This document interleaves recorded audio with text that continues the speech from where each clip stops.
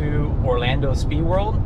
They're having a, it's Saturday right now, you won't see this till tomorrow, but it's Saturday, and they're having a slick and drag radial like only night. So that means no street cars, no street tires, which will be good for, you know, making the track decent or keeping the track decent.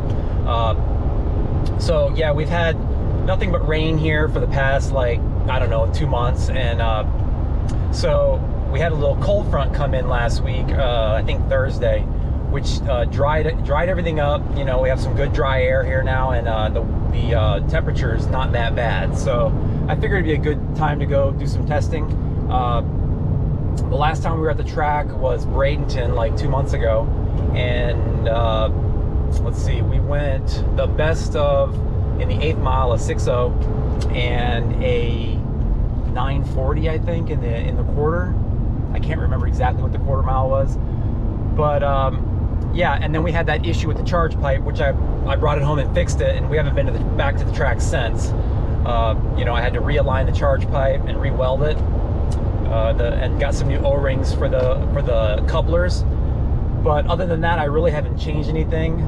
So it might go a little faster just because of the weather. I don't know. We'll see. I'm hoping to dip into the 5s. I'm not really going to change anything on the first hit. Just try it out the way it was set up in Bradenton the last time, and we'll see. So, but anyway, when we get there, I'll check back in with you guys, and we'll get this thing unloaded and get going, make a pass. All right, guys, we made it.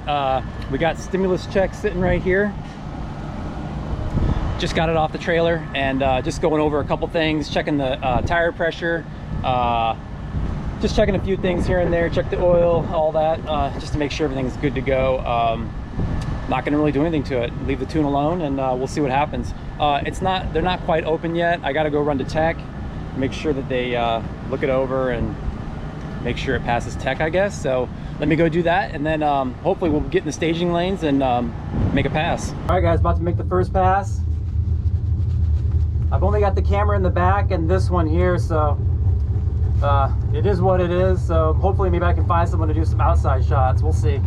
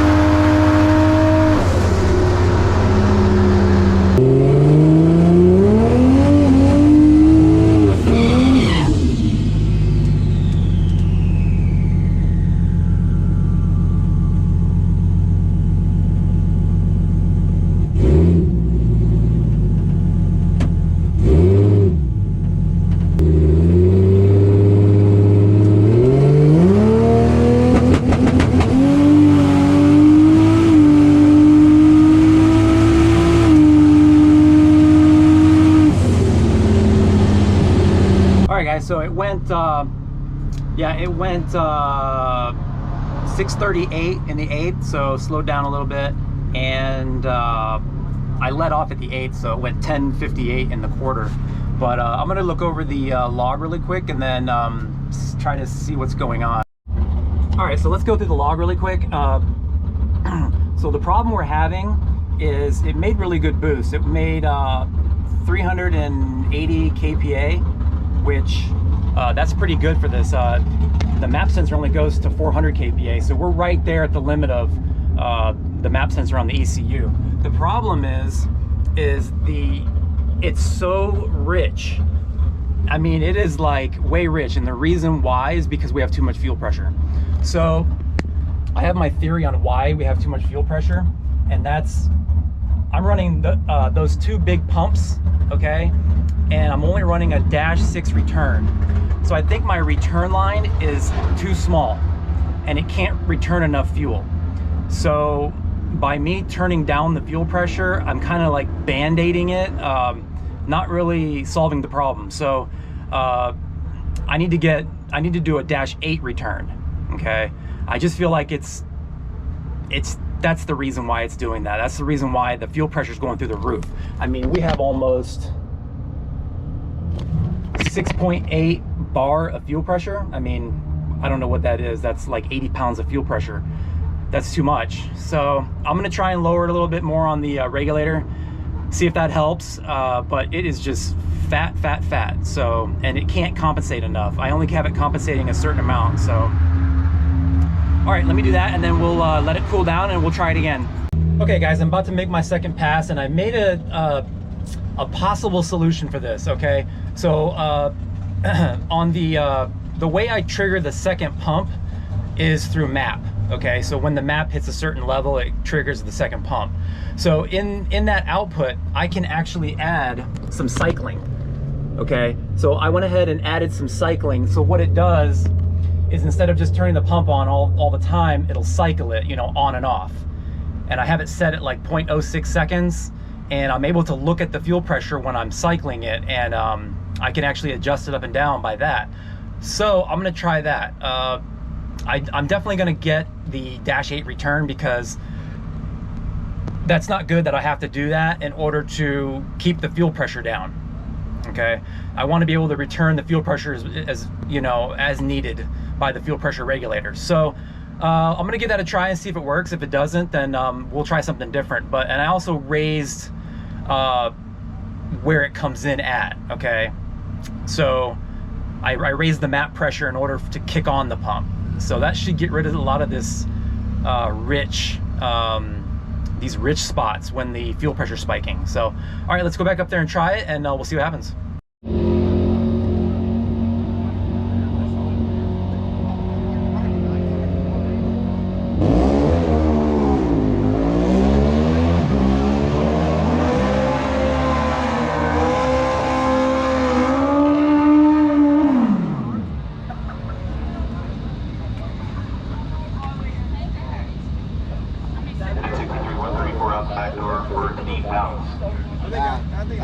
Street car.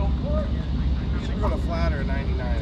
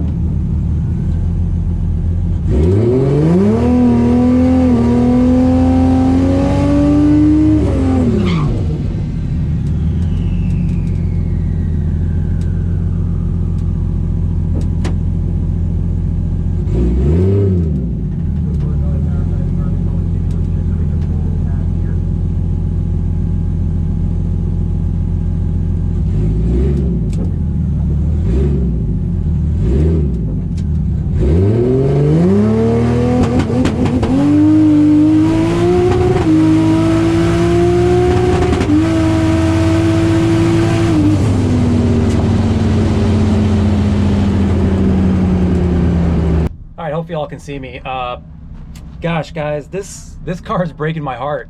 All right, so it made a really good run.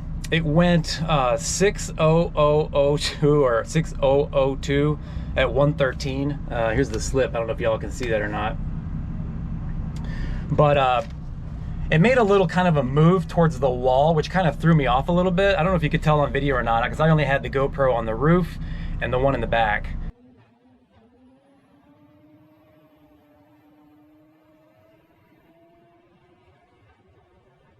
But it kind of made a move towards the wall, and I think I shifted too late because it got on the rev limiter, which that would have been definitely would have been a 5-second pass if I would have shifted right. But it banged the rev limiter a few times before I shifted. So let's go ahead and take a look at the data log here. Huh.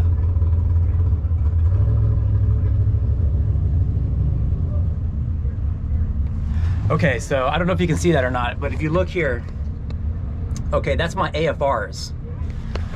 So I guess apparently it's not good to pulse the fuel pump because it throws the AFRs way off.